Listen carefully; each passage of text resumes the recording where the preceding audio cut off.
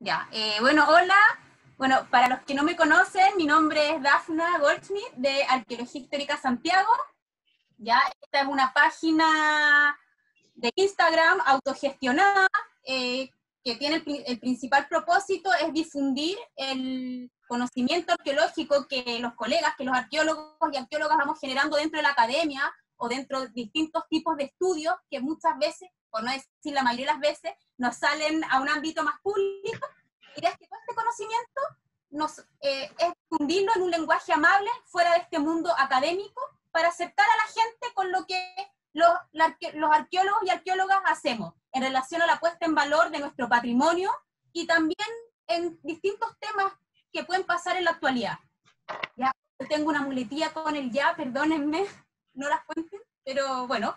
Y bueno, empezamos con SSL 500 a hacer charlas en vivo, pero dada la contingencia, ahora estamos haciéndolas vía Zoom y bueno, si bien mi tema, lo que más me gusta es Santiago, el público pide más cosas más allá de Santiago, así que nos hemos extendido y eso lo estoy haciendo yo sola con la ayuda de la Javi, mi colega amiga Javi Letelier, que bueno, fue la primera en hacernos una charla vía Zoom en relación al Inca en la zona central, entendiendo que la historia nuestra no parte con el español, con la llegada del español, o sea, Santiago, Chile, América tiene una historia milenaria, ¿ya?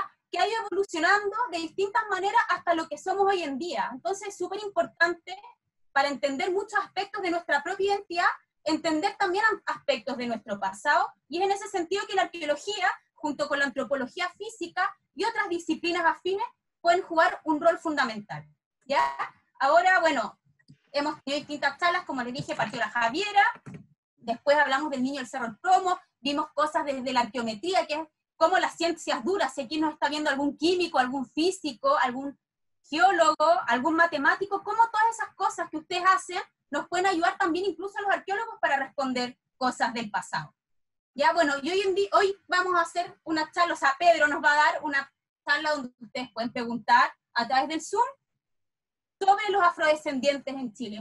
Mucha gente cree que acá no hubo una historia negra, por decirlo de alguna manera, y no, o sea, aquí en Chile cuando uno ve la documentación, no sé, con la Javi la otra vez estábamos haciendo un artículo y estábamos viendo cosas de historia y bueno, aparecían muchos relatos de afrodescendientes en Chile, en Santiago, eran muchos más de lo que uno pensaría. El tema es que es una historia oculta, es una historia invisible, considerando también que la historiografía, es decir, los estudios desde los documentos escritos, muchas veces dejan de lado esta historia y los que hicieron esta historia, esta documentación escrita, fueron en su mayoría hombres blancos y asociados a una élite. Entonces muchas veces tenemos un discurso oficial que no necesariamente es el real y a través de la arqueología puede salir una historia paralela que ahora Pedro un poco nos va a contar eso. Así que Pedro, ya no me demoro más. Ah, sí, lo último. La charla va a estar dividida en dos bloques, dos mini bloques, ya, desde primero abordando lo más general y después lo más específico en relación al trabajo de Pedro, y ustedes pueden ir haciendo preguntas vía chat. Y entre los bloques, preguntas, si te parece bien. Sí, ningún problema. Ya, eso. Pedro, adelante. Y gracias Vale. a todos por participar, a los nuevos y a los viejos. Eso. Vale. Entonces, bien. Bueno, antes de empezar, ¿cierto? Darle las gracias de nuevo a Dafna por invitarme a participar, a hacer esta charla. Gracias a todos los que están y también a Javiera por prestarnos la plataforma. Y también vale decir que este trabajo que yo les voy a mostrar, todo este proceso de investigación, yo no lo he hecho solo. Ya esta cuestión es el rostro visible, a lo mejor el rostro no más lindo, pero sí el visible de un grupo de gente que hemos trabajado hace rato con esto. Todos ellos exalumnos de míos, que tuve el gusto y el privilegio de conocer, ¿cierto? Y de participar de alguna u otra manera en su formación. Entonces, hacer el reconocimiento también a ellos, y como decía Dafna, esto lo vamos a dividir en dos bloques. Una parte en lo que tiene que ver con historia, de antecedentes históricos, de la presencia de afrodescendientes en Concepción, y la segunda, un caso de estudio específico de la parte de antropología física que hemos realizado, como les digo, con dos equipos distintos, ¿ya? Y la primera parte de esto lo que voy a mostrar, ¿cierto? Es un poco de resultados que estamos trabajando por un artículo donde me acompañan Alonso Soto y Merian Argo, que son las personas que me han ayudado a hacer la reconstrucción histórica de la presencia de los afrodescendientes. Entonces, eso como primera introducción. Y me voy a centrar sobre todo en Concepción. ¿Y por qué en Concepción? Porque los grandes historiadores de Concepción, que son estas personas que están acá, ustedes pueden ver, Guillermo Cox Méndez, al medio Carlos Oliver, su izquierda, pero bueno, el caballero que sale con terno ahí, ese es Fernando Campos Harris. Ellos son los que se han dedicado más que nada a reconstruir la historia, y son los que han hecho los grandes volúmenes de la historia de Concepción, ¿ya? Y los trabajos, la revisión de estos trabajos nos muestran que hay muy poquitas menciones sobre afrodescendientes en Concepción o en la zona, digamos, lo que actualmente es la región de Biobío y de Ñuble, ¿ya? Y de hecho Campos Harris se manda esta frase en su libro de la historia de Concepción, donde él dice que esto es todo lo que habla sobre los afrodescendientes. Dice, aquí no hay en Concepción, no prosperaron por el clima, ¿ya? Y si ustedes se fijan, dice, la sociedad penquista no tiene sangre negra en ninguno de sus estratos, el negro esclavo se le consideraba cosa no persona, se le adquiría, se le vendía, se le transmitía por herencia, y como no fue integrante racial en Concepción, no vamos a discutir más sobre el tema. Y en el libro, efectivamente, no se habla más del tema. Eso es toda la mención que aparece en este gran volumen, que de hecho, a Soldato lo pueden descargar, está en Memoria Chilena, se puede descargar gratuitamente de este sitio, ¿ya? Lo mismo Carlos Orivel Schneider, él menciona solamente algunos casos menores. Guillermo Cox Méndez, nada. Guillermo Cox Méndez era un historiador que murió muy joven, por ahí en el siglo XIX, ¿ya? Pero su historia de Concepción también está disponible en la red. Bueno, pero sí hay casos, ¿ya? Hay dos casos principales que están en la memoria de la gente de Concepción, de los penquistas, de los que somos penquistas, que de alguna u otra forma hemos escuchado hablar de algunos personajes afrodescendientes que se nombran como los únicos. Y el primero de ellos es este personaje que se llama Juan Valiente, que hay un artículo publicado por Leonardo Massay, que es la historia de un esclavo afrodescendiente que llega a México, allá él consigue negociar su libertad, ¿cierto? Como que lo dejan como a préstamo para poder venirse a Chile a buscar recursos y poder comprar su libertad. Él llega a Perú, ahí conoce a Diego Almagro, viene con Almagro, obviamente le va súper mal con Diego Almagro, vuelve a Perú, después con este conocimiento se enrola en la expedición de Valdivia y con Valdivia logra llegar a Concepción y demuestra su valentía, dice las crónicas, y gallardía, y Pedro de Valdivia lo empieza a tratar como un hombre libre, como un soldado más. Pedro de Valdivia nunca le hace esa diferencia de que tú eres esclavo. De hecho, lo nombra encomendero en Concepción y figura como vecino en Concepción. Finalmente, Juan Valiente se casa con una esclava también afrodescendiente de Pedro de Valdivia. Tienen descendencia, se le da una encomienda acá en la zona, era vecino de Concepción, su encomienda estaba un poquito más hacia el norte de la ciudad, en territorios costeros del Maule, básicamente, lo que hoy día es el Maule, Maule y Ñuble, y muere junto con Pedro Valdivia en la batalla de Tucapel, ¿ya? Y una vez estábamos comentando, de hecho, esto con Dafna, y Dafna me dijo, oye, esto es como una vida de novela. Y bueno, efectivamente hay una novela de Juan Valiente, y hay un cómic que salió hace muy poco de Juan Valiente. El cómic es muy bueno, es muy entretenido, está muy bien hecho, así que yo recomiendo que si lo pueden adquirir, lo hagan, porque está muy bien dibujado, está muy bien relatado, es muy fiel a la historia. Está basado un poco en la novela, pero es bien buena la historia. Y la segunda es tal vez la que más conocen los penquistas, que es el caso de los amotinados de una fragata que se llamaba el Trial, ¿cierto? Y que da origen a la Laguna de los Negros, que es un caso que pasa a inicios del siglo XIX, en 1804, donde un grupo de esclavos que venían desde Argentina pasan a Valparaíso y de ahí son embarcados para ser vendidos en Lima, a bordo de esta fragata que se llamaba Trial, y casi al llegar al Callao ellos se rebelan, agarran prisionero al capitán, ¿cierto? A la tripulación, parte de la tripulación la matan, y le piden al capitán volver a Senegal, porque ellos eran de Senegal. El capitán sí les dice, ya vamos, vuelven para el sur, digamos, y llegan cerca de Concepción, cerca de donde está hoy día la isla Santa María, y ahí son interceptados por una nave estadounidense, ¿cierto? Los capturan, los traen, los desembarcan en Talcahuano y son ejecutados, ¿cierto?, en Concepción. Y sus cuerpos, unos dicen que los cuerpos los quemaron, otros dicen que los ahorcaron y posteriormente los tiraron a una laguna que estaba cerca de la ciudad, y por eso el nombre de la Laguna de los Negros. Este caso, sí, a diferencia de Juan Valiente, ha sido más tratado desde la historiografía tradicional, y hay artículos, sobre todo los de Jorge Pinto, que hablan de este caso, y está súper bien documentado, y este también lo recogen Carlos Oliver Snyder en su historia de Concepción, y también Fernando Campos Harrit, pero son las únicas menciones, ¿ya? Y de nuevo, son ejemplos de gente de afrodescendientes que pasaron por acá, no que vivieron, no que estuvieron, sino que Juan Valiente estuvo un par de años, ¿cierto? Y estos otros de la fragata del Trial simplemente pasaron por aquí y murieron. Y bueno, y de hecho, hoy en día esta laguna no existe, la Laguna de los Negros no existe, debido al crecimiento urbano de Concepción. La laguna fue rellenada y hoy día hay departamentos, hay casas, pero si uno hace el ejercicio de meterse a Google Maps, la Laguna de los Negros todavía sigue apareciendo en la ciudad, ¿ya? La ciudad, cuando se funda acá en su ubicación actual, terminaba donde dice Avenida Los Carreras, acá más o menos, aquí terminaba la ciudad, y acá había una de las tantas lagunas que rodeaba la ciudad, ¿ya? Entonces, estas son las únicas historias conocidas que hay de afrodescendientes en la gente en la calle, y de hecho hay mucha gente, sobre todo la gente más joven, que no sabe mucho de la Laguna de los Negros. Mi abuelo a mí me contaba de la Laguna de los Negros, mi abuelo nació y vivió y murió acá en Concepción, entonces él me contaba estas historias, y él también me decía, y estos son los únicos esclavos que pasaron por acá, no hay más.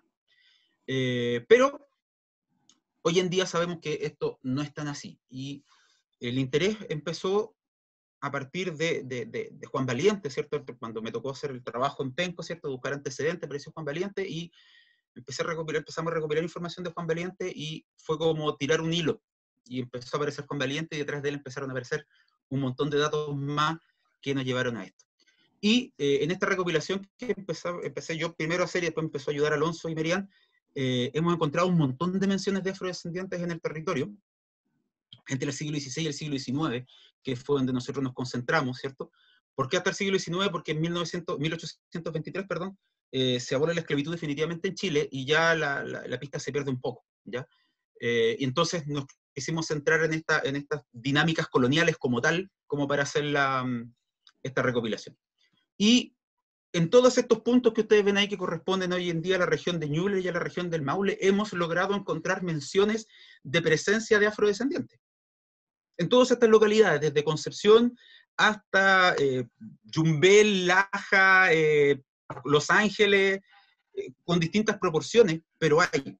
Y hay incluso menciones de afrodescendientes más al sur. O sea, en Valdivia y otros lugares de más al sur, Osorno, todos estos lugares en las crónicas aparece recurrentemente presencia de afrodescendientes. Por lo tanto, lo que se ve en las crónicas, y también tengo que decir que este es un trabajo que todavía no hemos terminado de hacer, porque primero, o sea, que una cosa que pensábamos hacer con Alonso y con Merian era ir a Santiago a ver archivos, y también el archivo judicial que hay acá en Concepción, pero ahora está todo cerrado, ¿cierto? Entonces nos hemos quedado con algunas poquitas fuentes primarias que están disponibles en línea, otras que teníamos nosotros, y también con trabajos de fuentes secundarias, pero que mencionan otras fuentes primarias. Y obviamente creemos que si nos vamos a las fuentes primarias como tal, deberíamos encontrar muchos más datos. Hacer trabajo de archivo, deberían aparecer a lo mejor muchísimos más datos de otras localidades, ¿ya? De hecho, Álvaro Romero, colega de Arica, el otro día me mandó un libro por PDF y aparecían más datos que yo no tenía considerado. Entonces, esto es por encimita nomás, o sea, esto es lo que nosotros hemos logrado recopilar, y seguramente va a haber mucho más. Entonces, primero decir eso, que los afrodescendientes no solamente estaban en Concepción, sino que existía una presencia a lo largo de todo este territorio, ¿ya? Y también, como yo les decía al principio, el interés parte por esta idea de que Concepción era una ciudad tremendamente importante, capital del reino, y bueno, termina de perder esta hegemonía, o sea, la hegemonía la agarra Santiago recién por ahí por el siglo XVII y siglo XVIII, sobre todo después del terremoto, y ya después la rivalidad entre Concepción y Santiago sigue existiendo hasta el día de hoy. Pero bueno, para contextualizar un poco qué es lo que sabemos de los estudios de afrodescendientes en Chile. Hay estudios históricos desde la primera mitad del siglo XX, estudios clásicos de Feliu, ¿cierto?, de Mellafe, de Vial Correa, ¿cierto?, que hablan de la mención de la presencia de afrodescendientes en Chile. Pero la verdad es que como tema de estudio yo diría que es algo que aparece recién ahora en el siglo XXI, final del siglo XX, principio del siglo XXI, ¿cierto? Está apareciendo, llamado la atención más de los historiadores, ¿cierto? Y han habido reconstrucciones en Santiago, en Coquimbo, en Valparaíso, en San Felipe, en Talca, de presencia de afrodescendientes, pero otra cosa que nos llamó la atención es que no había una en Concepción. Entonces, si Concepción era tan importante, si fue la tercera ciudad más antigua de Chile, si fue capital del reino durante mucho tiempo, fue la ciudad capital militar absolutamente, ¿cierto? La administrativa estaba ahí en disputa con Santiago, pero militar absolutamente. ¿Por qué acá qué pasa con los afrodescendientes acá? ¿Cómo puede ser posible que desde 1550, que es la fundación, ¿cierto? Que ahí es donde está Juan Valiente, y después en 1804 son las únicas referencias, y el medio, que son 350 años, no hay nada, no podía ser, a mí me generaba mucho ruido eso. Bueno, y los estudios históricos nos hablan, ¿cierto?, de principalmente las rutas. Estas eran un poco las rutas, esto es un mapa que saqué de la página de la UNESCO, donde se muestran cuáles eran las rutas de dónde llegaban, y efectivamente los afrodescendientes que llegan a Chile, primero tenían su origen en todo lo que es África Occidental, Senegal, Costa de Marfil, Angola, ese lado. Y primeramente son traídos por esclavistas portugueses durante el siglo XVI. Ese tráfico baja mucho durante el siglo XVII porque Portugal empieza a tener problemas con España, por lo tanto eso se corta, ese tráfico se corta, y recién vuelve a aparecer en el siglo XVIII y XIX con fuerza por el asiento de Buenos Aires, que se le entrega en monopolio a los ingleses, ¿ya? También hay franceses medio entre medio, los portugueses vuelven, pero son principalmente en esa etapa terminal de la colonia los ingleses los que están dominando el tráfico humano. Las rutas al principio de la colonia venían, ¿cierto?, desde Panamá, llegaban a Centroamérica, y de Centroamérica pasaban de Lima, y de Lima a Valparaíso, y después se incorpora esta ruta, ¿cierto?, que llegan a Buenos Aires, y desde que se llamaba la ruta continental, que era cruzando la cordillera en línea recta, ¿cierto?, desde Buenos Aires hasta Valparaíso, pasando por La Pampa, ¿cierto?, y cruzando la cordillera y llegando a Valparaíso, y otra que era a través del Estrecho de Magallanes, en barco, ¿cierto?, por debajo. Estaban las dos rutas. Se me olvidó decirles que hay hasta un estudio de presencia de afrodescendientes en Punta Arenas, hecho por Mateo Martini. Entonces, era como, ¿por qué Concepción no está acá? Lo que sí, los primeros afrodescendientes que llegan con los españoles tienen una ruta regular, ¿ya? Vienen siguiendo a sus dueños, ya sean estos militares u oficiales imperiales, ¿ya? Entonces no vienen a través de una ruta comercial, sino que ya vienen de otros lugares conquistados. No hay el comercio como tal empieza recién a aparecer en el siglo XVII o finales del siglo XVI, pero antes de eso era como una llegada por ruta, no había una ruta establecida, sino que llegaban con estos sirvientes de estos personajes o sirviendo en el ejército. Y bueno, también la segunda parte del interés de esto viene por este trabajo, ¿cierto?, que salió publicado hace 2014, hace 6 años atrás, de Yeramendi, ¿cierto?, y colaboradores, donde ellos hacen una distribución del origen genético de la población chilena, y toman muestras de distintas partes de Chile, llegando a la conclusión de que la población chilena tiene en este minuto un 3% de un componente africano, ¿ya? Y le calzan entre los resultados, para hacer la historia corta, los resultados calzan con esta idea de que son genes que provienen de África Occidental, ¿ya? Entonces, Y si ustedes se fijan en el mapa, también hay un componente en la zona que nos corresponde a nosotros acá en Concepción, que es la S1, ¿cierto? Donde también hay un porcentaje de cerca entre un 2 y un 3% de población afrodescendiente acá, por lo tanto, eso más me llamaba la atención y más me hacía ruido decir, ¿por qué no hay afrodescendientes acá? Y nos empezamos a dar cuenta que sí había. Empezamos, como ya les digo, a revisar crónicas y partimos desde el siglo XVI y lo que empezamos a encontrar en el siglo XVI, ¿cierto? De hecho, este es un dibujo del libro de Carlos Oliver Schneider, donde si bien él no menciona la llegada de los españoles, sí, en su dibujo, si ustedes se fijan, los rasgos de esta persona que está acá bajando el bulto es claramente un afrodescendiente.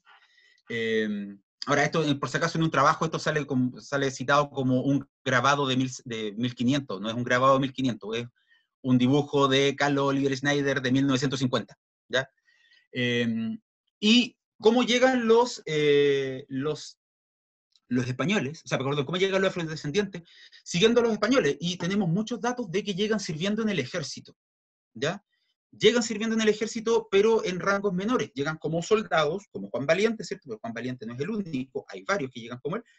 Bueno, Juan Valiente tiene el rango de oficial, de hecho, cuando muere es capitán, pero hay otros que son soldados, ¿cierto? Hay muchos que llegan como herreros, hay otros que dentro del ejército eran trompetas, eran verdugos, hay otros que se dedican a cuidar granjas, hay otros que llegan como sirvientes de los jefes militares. Pedro de Valdivia llega con esclavos acá, de hecho la crónica de Vivar, él plantea de que Pedro de Valdivia sale rumbo a Concepción en una tarima que era llevada por 4 esclavos africanos. Entonces, hay registros de afrodescendientes peleando en la batalla de Andalien, que fue una de las primeras batallas que se dio acá en la zona cuando Pedro Valdivia llega a fundar Concepción en Penco.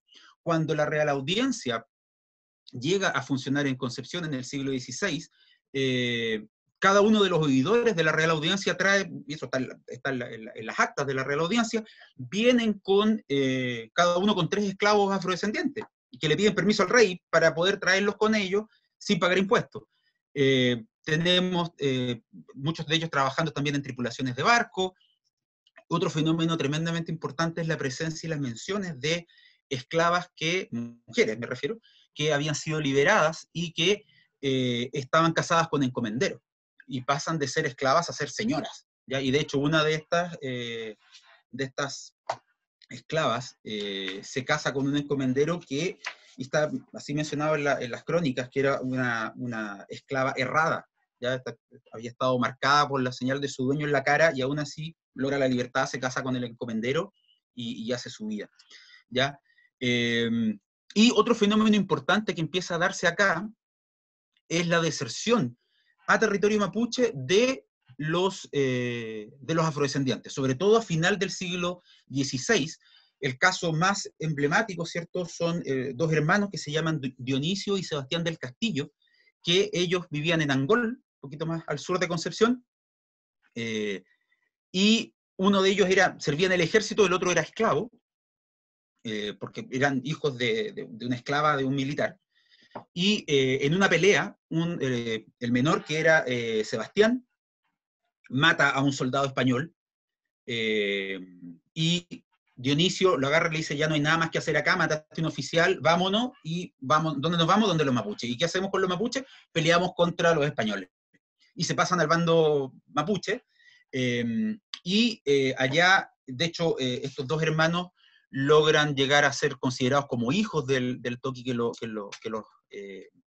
lonco que los acoge, y finalmente ellos son capturados, ¿cierto?, por Oñez de Loyola, por el gobernador, son traídos a Concepción y en Concepción son ejecutados, ¿ya? Pero este es solamente un caso. De hecho, después, en el siglo XVII, y ya les voy a mostrar un poquito lo que pasa en el siglo XVII,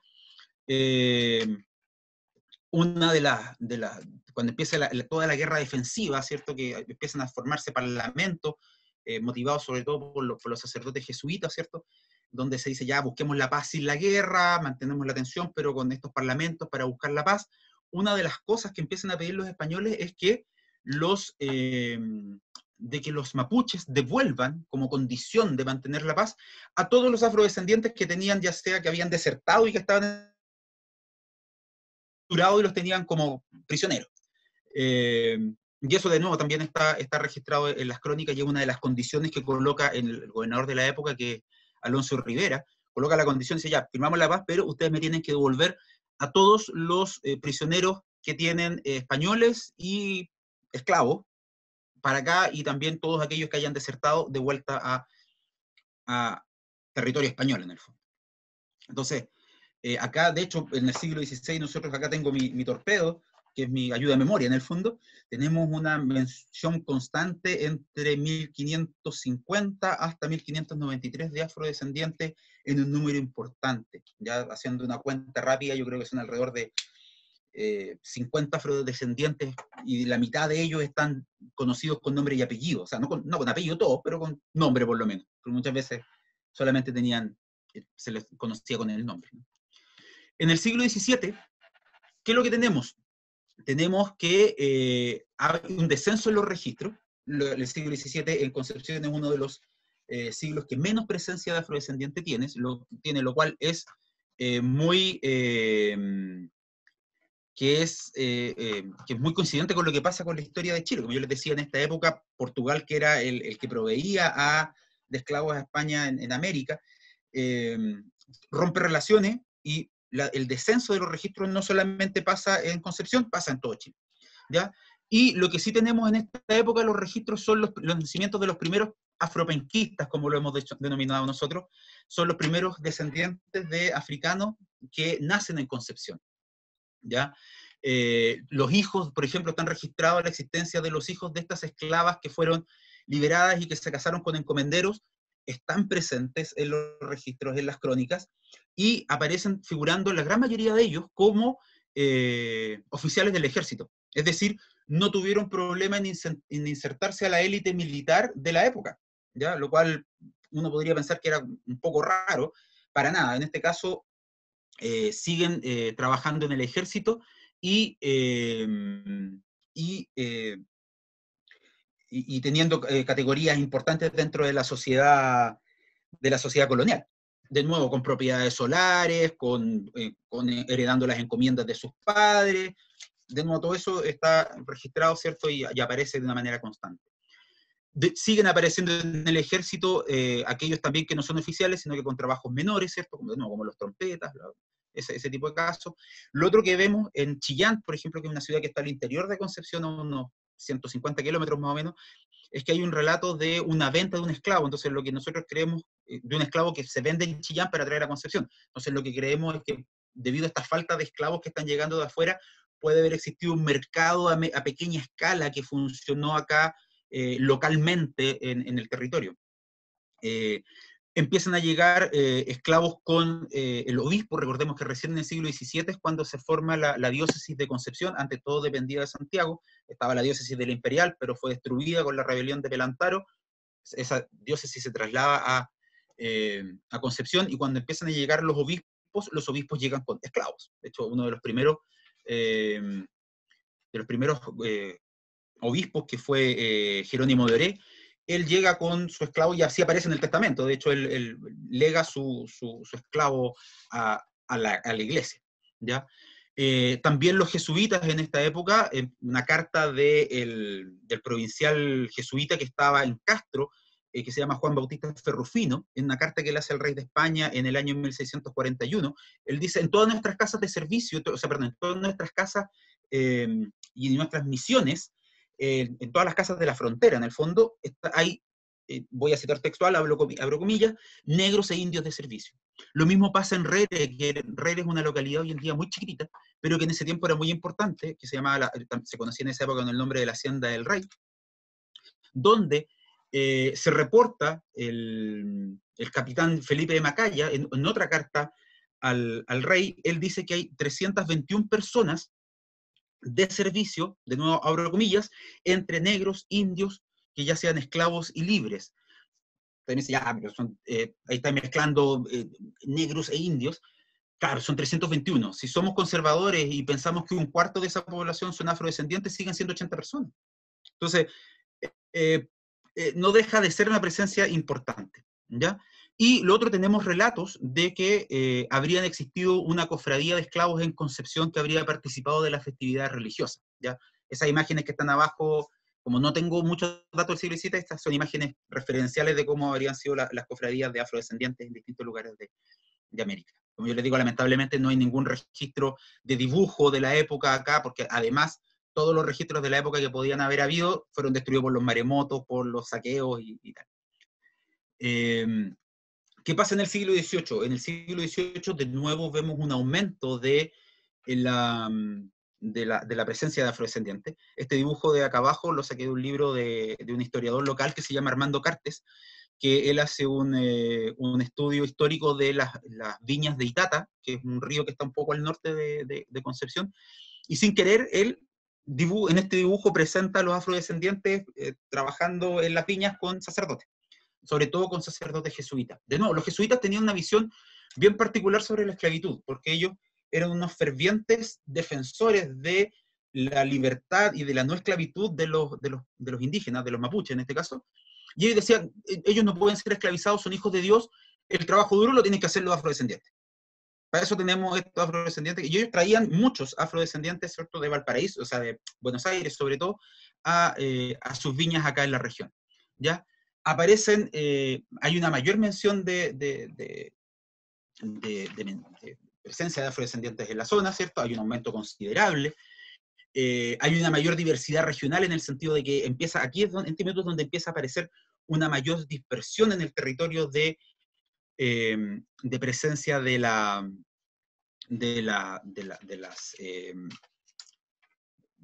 los afrodescendientes en distintos lugares del territorio.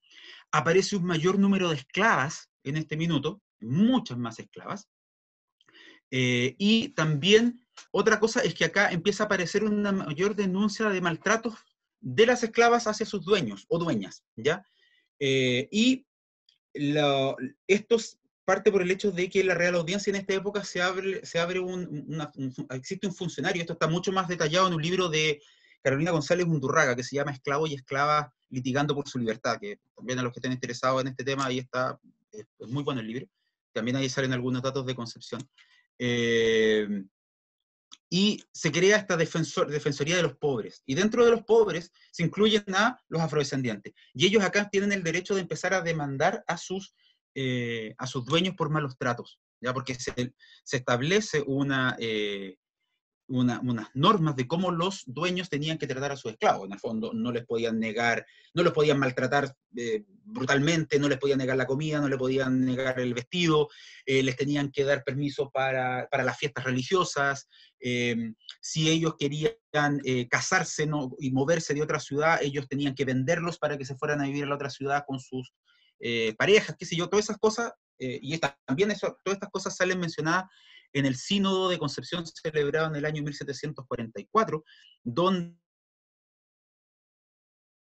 de Azúa, él le dice a los sacerdotes, y está puesto en los archivos del Sínodo, nosotros tenemos que ser garantes de que estos derechos se cumplan. ¿Ya? O sea, él le coloca encima la responsabilidad a los sacerdotes de la época de que no pueden hacer la vista gorda. Yo me imagino que en algún minuto deben haber hecho la vista gorda y por eso el obispo les dice, ojo acá.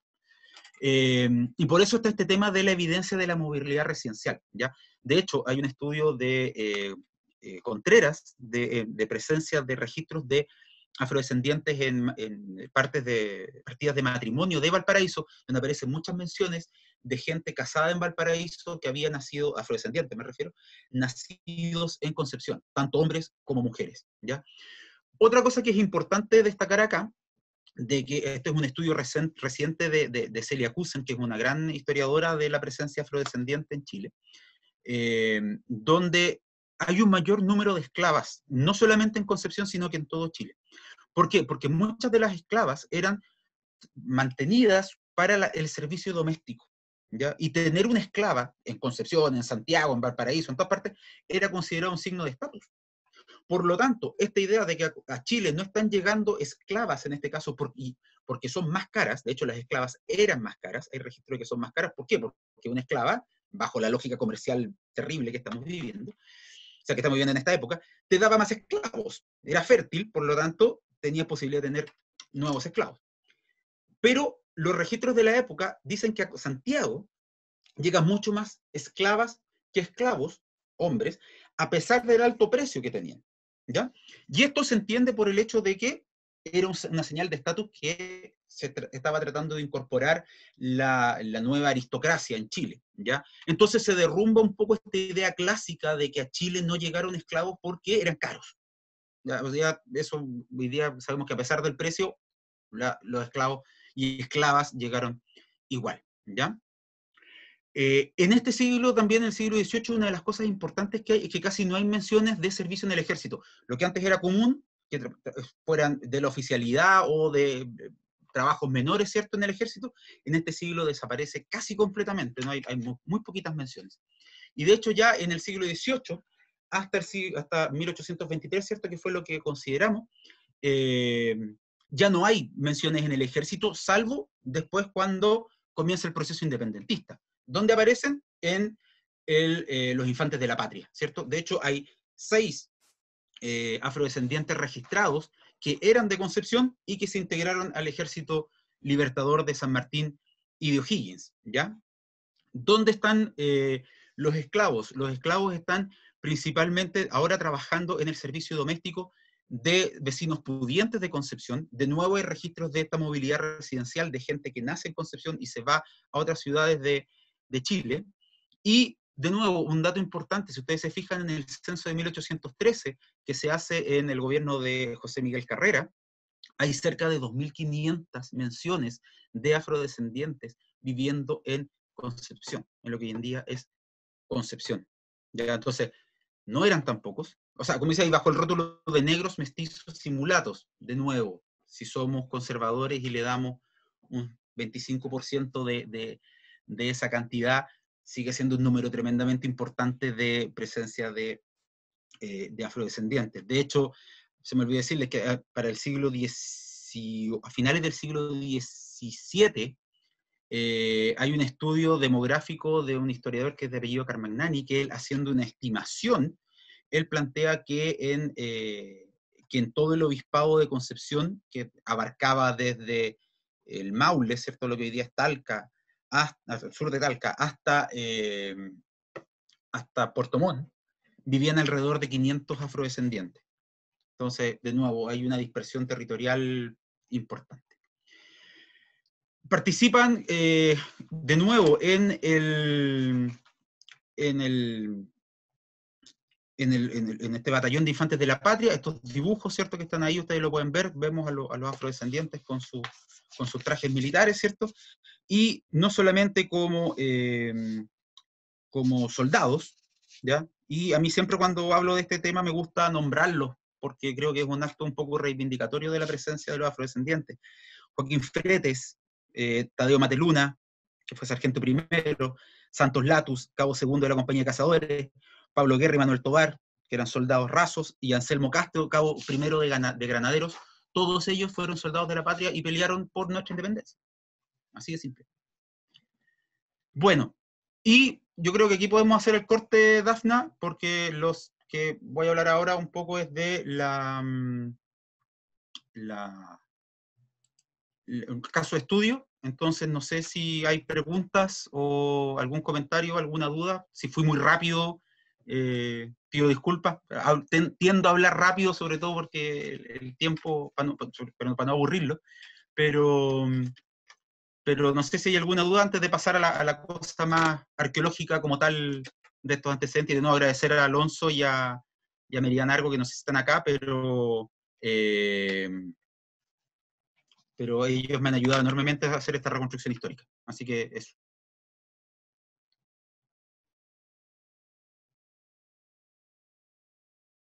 Creo que tienes el micrófono cerrado, Dafna. ¿Ahí me escucháis? Ahí sí. Te están haciendo preguntas al chat, ya va. Mira, léelas tú para que sea más interactivo. Ya, bueno. Victoria Báez pregunta, hablaron de la relación de los jesuitas con los esclavos. ¿Los relatos de Pedro Claver llegaron a afectar las actividades de allá? ¿En las haciendas jesuitas existieron hoyerías o tejares?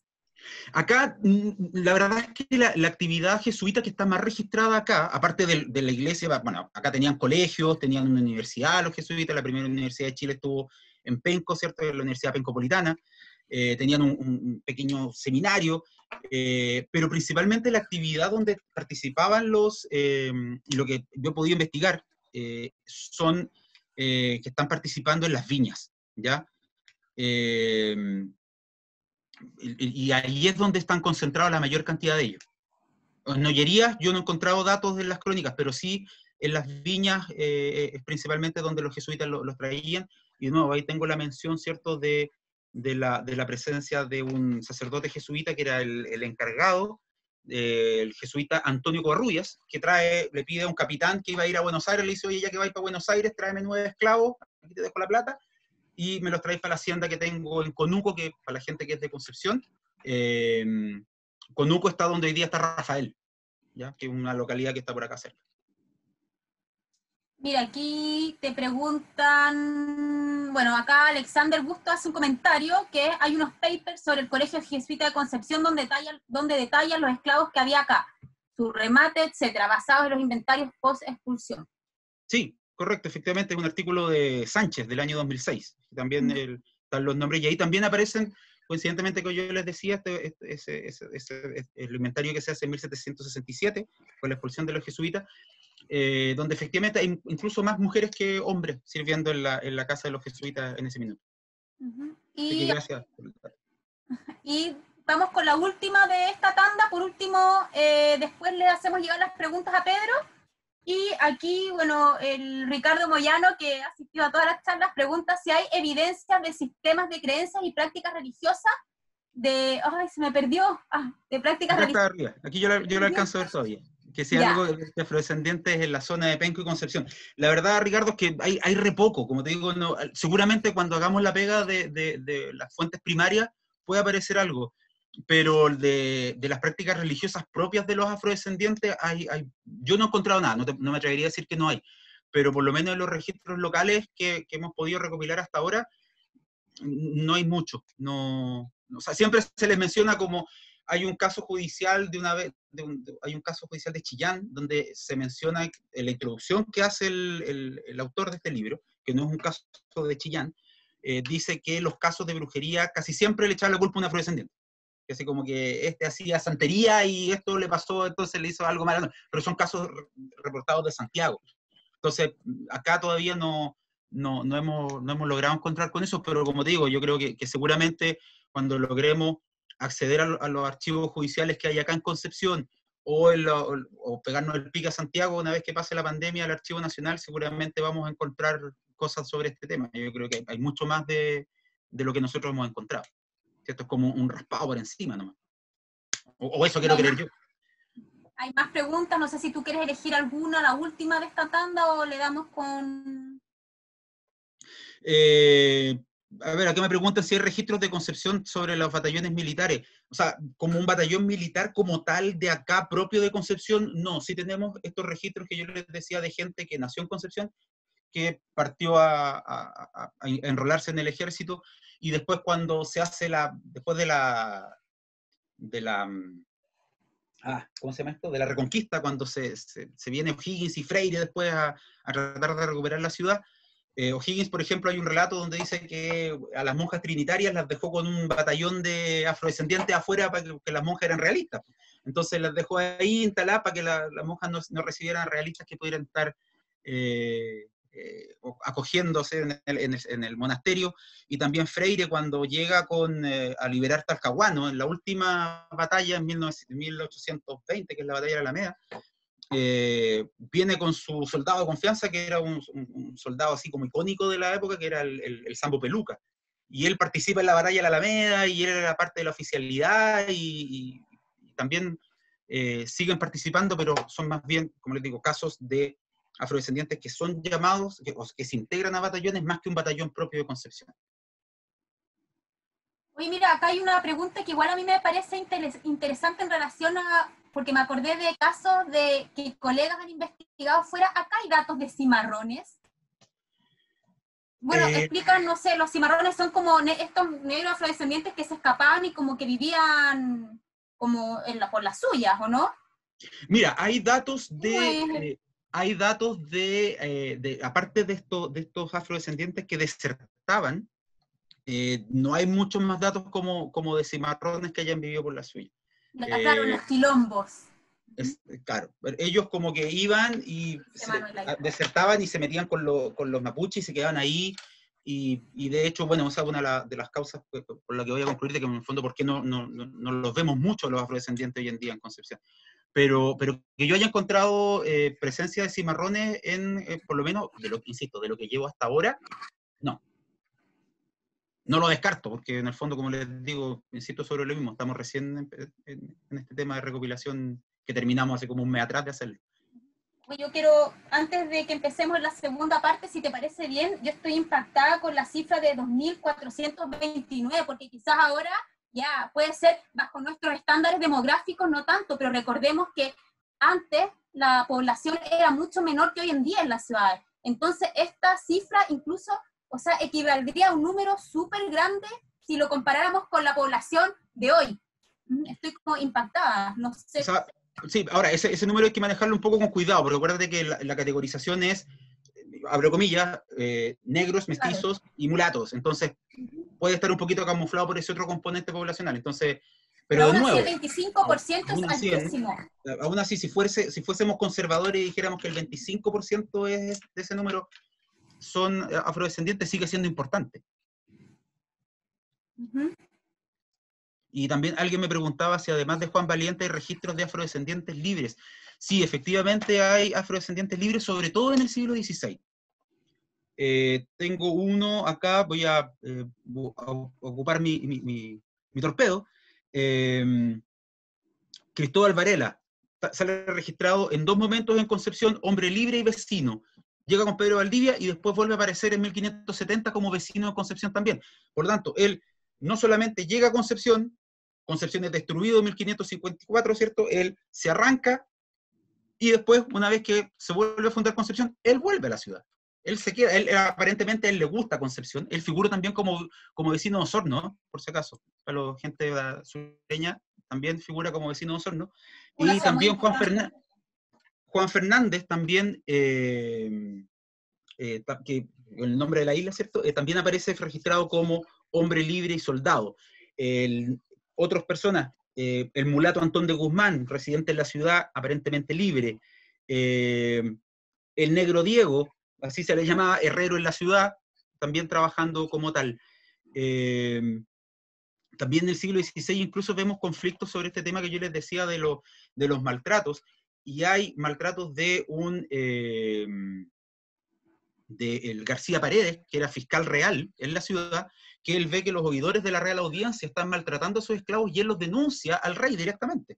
Él dice, ojo, acá estos tipos están maltratando a los esclavos que tenían, en ese tiempo, en el siglo XVI, todavía se seguían comportando por las normas de Alfonso X sobre cómo tratar a los esclavos.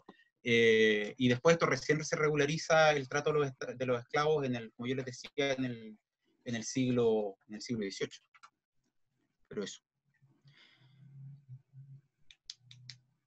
Oye, que heavy pensar que si es ¿cuánto era el porciento de población genéticamente que tendría sangre? En Chile supuestamente el 3%. Ahora, esa es una cifra que es descendiente. O sea, en el norte lo que hoy día es Arica es mucho más potente que lo que tenemos. O sea, a medida que nos vamos más al norte, creo que el norte alcanza como entre el 4 y el 5%, y a medida que nos vamos yendo hacia el sur, empieza a bajar al 2, 1%, creo que en Punta Arenas es el 1%. Oye, pero heavy, aquí somos 111 personas, o sea, aquí 4 tendrían algo de afrodescendiente. Sí, seguro. Dale, ¿te parece? ¿Vamos con la segunda parte? ¿Les parece? ¿O querés última contestar. ¿Hay comunidades, organizaciones, individuos que se reconozcan como afrodescendientes o afropenquistas en la actualidad? Sí, sobre todo gente que ha tratado de revitalizar la música africana en Concepción. Ya, vamos a la segunda parte, ¿cierto? Con el caso de estudio. Que, bueno, este es contarles un poquito de esta misión que se llama la Misión San José de la Mocha, que también es una historia un poco triste. Y voy a hacer un resumen muy conciso porque esto está publicado en... ¿qué pasó acá? No quiero avanzar. Acá está. En este libro que es de Francis Goicoechea y Daniel Quirós, que se llama De Insulares a Continentales, donde se cuenta la historia que yo les voy a resumir Ahora acá lo voy a tratar de resumir. Para que se ubiquen, estamos en el año 1685. Todavía hay una tensión importante entre los españoles y los mapuches, y la frontera está ahí un poco tensa, todavía hay levantamiento, y la isla Mocha, que es una isla que está un poco al sur de Concepción, en lo que hoy día es frente a Tirúa, ¿cierto?, en la provincia de Arauco, empieza a ser visitada por personajes que tienen distinto cariz, dependiendo, como yo una vez dije en una exposición afuera, dependiendo en qué lado del canal de la Mancha estemos, van a ser inmundos piratas o nobles navegantes, que son Bake, North, ¿cierto?, y Spielbergen, y ellos, estos piratas, pasaban por la isla Mocha, comercializaban, intercambiaban, ¿cierto?, buscaban víveres con los mapuches que ahí vivían. Ya, esto lo venían haciendo hace rato.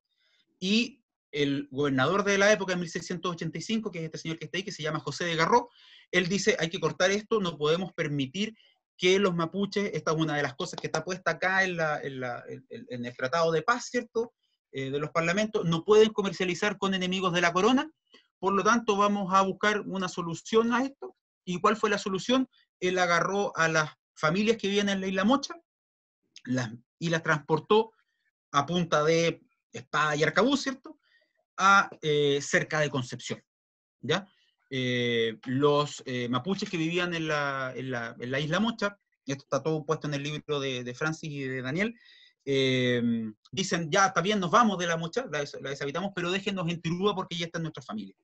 Y el capitán que estaba a cargo de esta operación, ¿cierto?, les dice, no, porque si nos vamos a Tirúa, ahí su familia van a hacer un levantamiento, nos van a matar, me van a quitar los barcos, me van a quitar las armas, así que yo me los llevo a cerca de Concepción, a un lugar donde no vive nadie. Y ahí los voy a dejar en una misión a cargo de los jesuitas. ¿Ya? Según el maestro de campo, dice que esta operación fue pacífica. De nuevo, si está ahí en el lado correcto de la espada, todo va a ser pacífico. Y se trae, hay diferencias en los datos, unos dicen 500, otros dicen 800, Francis Goikovich estima alrededor de 700 personas que son trasladadas desde la isla Mocha hasta Concepción, y después, un par de años más tarde, hay una segunda incursión para sacar a los que se quedaron y que se habían escondido en el bosque de la isla Mocha, para traerlos también a la fuerza, ¿cierto?, a la misión. Ya lo que Francis dice, ¿cierto?, él es mucho más poético que yo, que es uno de los casos de erradicación de población más dramáticos de la historia de Chile, ¿ya? Bueno, ¿qué pasó con la misión? Acá, más o menos que se ubiquen un poco donde estamos, acá está Concepción, ¿cierto?, acá arriba en este puntito, acá abajo está la isla Mocha, para que se hagan una idea de la distancia, y en este plano que yo puse acá, este es un plano de 1782, para que se hagan una idea, el punto amarillo que está ahí, en este punto amarillo es donde estaba Penco, Concepción en Penco, que estuvo entre 1550 hasta 1751. Después, en la flecha roja es donde estaba la misión. Ocupé este mapa porque en este mapa sale mencionada la ubicación de la misión. Ahí donde le digo el punto rojo, estaba como a 11 o 13 leguas, no me acuerdo muy bien el dato, pero más o menos, desde Penco hasta acá. Ahí, como les digo, las crónicas dicen, ahí no vive nadie. Ya eso hoy en día es en la ribera del río Biobío, y el punto azul es donde hoy día está ubicado Concepción, post traslado 1751, ¿ya? Entonces, ¿qué pasó? La misión, que estaba alejada de Concepción, del centro urbano de Concepción, cuando son trasladados en 1685, pasa a transformarse, post traslado, en un área marginal de la ciudad. Y a ser un área marginal de la ciudad, llegan a vivir a la misión el bajo pueblo, en el fondo. Y entre el bajo pueblo también llegan los afrodescendientes. Hoy en día, el dibujo de Concepción que ustedes pueden ver acá, la misión está ahí, casi en el límite de Concepción con la comuna de Chihuayante, que es la que está hacia abajo, ¿ya? Entonces, les muestro esto para que entiendan de que, si bien en un minuto estaban aislados, en otro minuto no, y empezó a desplazarse población desde Concepción hacia de barrio marginal de esta zona de Concepción duró hasta principios del siglo XX, cuando las familias pudientes de Concepción empiezan a comprar lotes acá y empiezan a construir quintas familiares, los grandes empresarios de Concepción compran grandes cantidades de hectáreas. Por ejemplo, uno donde encontramos esta misión era en la Quinta Junge, que era un empresario alemán, se llama Arthur Junge, que el tipo se compró una cantidad de hectáreas importantísima, o sea, el tipo era dueño, bueno, los que son de Conce van a entender, hasta del Cerro Caracol, el tipo era dueño del cerro completo, ya entonces tenía mucha plata y mucho terreno. El tipo tenía hasta un zoológico dentro de su quinta, entonces era un personaje muy pudiente. Y él compra los terrenos donde estaba la misión, y de hecho Carlos Oliver Schneider, en su libro de 1950, en este libro de oro de Concepción, él dice que cuando Arthur Junge construye la quinta, eso se me pasó, cuando Arthur Junge construye la quinta, aparecen restos humanos en la casa, ¿ya? Y él dice, una de las cosas notables que dice Carlos Oliver Schneider en su libro, estos son los infortunados mochanos que fueron trasladados a la fuerza por José de Garro, ¿ya? Entonces, teníamos antecedentes de que ahí estaba esta población, ¿ya? ¿Qué pasó? En el año 2016, la Iglesia de Jesucristo de los Santos de los Últimos Días, más conocido como los mormones, empiezan a construir, se compran un paño y empiezan a construir un templo acá en Concepción, ¿ya? Y al construir este templo, empiezan a aparecer restos óseos humanos, empiezan a aparecer, llega la PDI, llega al Consejo de Monumentos, el Consejo de Monumentos le dice, no, acá hay que rescatar, y se rescata, ¿ya? Y nosotros lo que hicimos fue una excavación, ¿cierto?, donde encontramos restos materiales, encontramos restos coloniales, encontramos restos del siglo XX, siglo XXI obviamente, y también encontramos esqueletos humanos. Y los esqueletos humanos estaban todos alineados en esta parte que, no sé si alcanzan a ver acá, donde están estos toldos blancos. Ahí estaban en esta gran trinchera que nosotros hicimos, estaban todos los cuerpos alineados.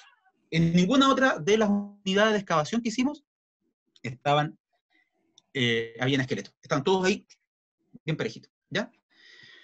Ahora, esto que suena tan bonito, no es tan bonito en la vida real, ¿ya? ¿Por qué? Porque, bueno, estos son todos resultados que nosotros publicamos con mis coautores que están ahí, mi equipo de investigación, mis amigos, finalmente, que son Joaquín, Alexia, Catherine, Alexandra, Sebastián, Marlene, Lía y Valentina. Muchos de ellos los vi ahí en la conferencia, así que para ellos. Y bueno, encontramos estos esqueletos, ¿ya? Esqueletos que no estaban muy bien conservados, esqueletos que estaban altamente disturbados, y lo que sí, en esta posición típica colonial de la que se llama la posición de bota, ¿cierto? Que son los cuerpos estirados, de espalda, ¿cierto? Con las manos en el pecho o en la pelvis, ¿cierto? Pero también estos contextos de reducciones, que se llamaba, esto está escrito por Barros Arana, ¿cierto? Que se llamaba la monda, que era cuando los lugares se colapsaban de muertos, los sacristanes eran los encargados de reacomodarlos, muchas veces de manera poco delicada, como lo que vemos acá, ¿ya? Había básicamente una mezcolanza de cuerpos, hay una excavación donde encontramos hasta 6 cuerpos depositados uno sobre el otro, ¿ya? Y en muy mal estado de conservación, como yo les digo, como ustedes se fijan acá, acá faltan las piernas, falta el cráneo, ¿cierto? En la figura además acá hay una raíz atravesando el cuerpo, ¿cierto? Esa no es un palo ni nada, es una raíz de un árbol que piensen que el señor Junge plantó palmeras, palmas chilenas, tenía un vivero, acá hubo casas, de hecho si ustedes se fijan este tubo de PVC acá es una puntera hecha para sacar agua de un pozo, ¿cierto? Y el tubo de PVC rompió gran parte de los esqueletos. En otra área encontramos que nosotros siempre creímos que había sido un área donde alguien hizo una excavación porque estábamos excavando nosotros arqueológicamente el área y nos apareció un plástico envolviendo un esqueleto, un plástico así como una manga plástica. Entonces, ¿qué es lo que interpretamos nosotros? Alguien hizo un hoyo, encontró los huesos, dijo, chuta, lo tapo con plástico, llego hasta acá y me hago el gil y no denuncio ni nada porque me van a hallar preso. Entonces, hubo mucho maltrato de estos pobres huesos. Esta área era un área, sobre todo durante los años 60, es un área susceptible de ser inundada. el pH del suelo es súper malo, es súper ácido, por lo tanto la conservación de los huesos es bastante mala, ¿ya?